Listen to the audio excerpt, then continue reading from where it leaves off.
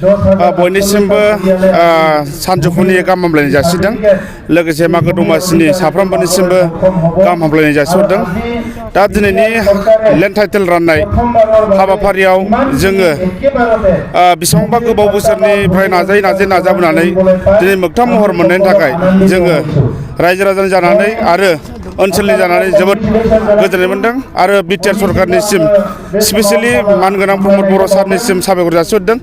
लोगोसेयैनो जोंनि ओनसोलनि इएम उखिल मुसाहारि सार आरो फरेस्ट मिनिस्टार रन्जित बसुमतारी सार बिथांमोननिसिम गोसो गोरबोनिफ्राय साबायखर जासिहरनाय जाबाय। सिगां समावथ' जोङो फरेस्टआव दंमोन हिसाबै रायजो जानायाव जोबोद खस्थ' जायोमोन। माखासे सरकारनि मोननांगौ सुबिदाफोरनिफ्राय मोननो थाखाय माखासे बन्सित' जायोमोन। मानो होननानै बुङोबा जोङो फरेस्ट भिलेजाव दंमोन हिसाबै दा लेन्ड टाइटेल मोननायनि हिसाबै जोङो आसा खालामदों सरकारनि मोननांगौ बिथिङाव एसेब्लाबो जोंखौ मदद होगोन आरो जों बिन्दासै थांना थानायाव जोङो संसार जानायाव मोजाङै थांना थानो हानो थाखाय जोङो मोजां सुबिदा मोनगोन होननानै जों आसा खालामदों। बाजाज बाइक लानो गोसो गुदुं सुबुंफोरनि थाखाय गाहाम खौरां।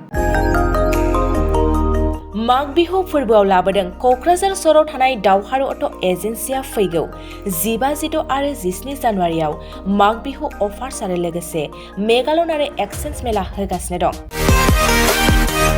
बायगिरि बिथांमोना एसेल' बिबांनि रां होग्रोनानै गाव गावनि लुबैनाय बाइकखौ बायनो हागोन। दावहारु अट' एजेन्सिया बायगिरि बिथांमोननो लवेस्ट डाउन पेमेन्ट होनानै बाइक लानो हागोन।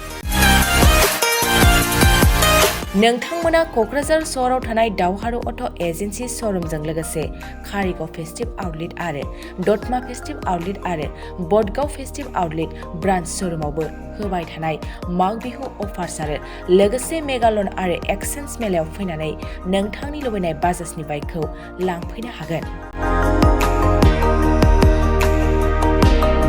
बाजाजनि बाइक सालायनो मोजां मोनग्रा रायजो राजाफोरनो दावहारु अट' एजेन्सि श'रुमा लोगोसे मोजां अफारफोरबो लाबोदों। बेफोरनो जाबाय 5 लिटार पेट्रल फ्रि, गंनै हेलमेट फ्रि, बाइक बायगिरिफोरनो फ्रि एसरी गिफ्ट हरनाय जागोन आरो एक्सचेन्ज खाबुआबो एभेलेबेल जागोन।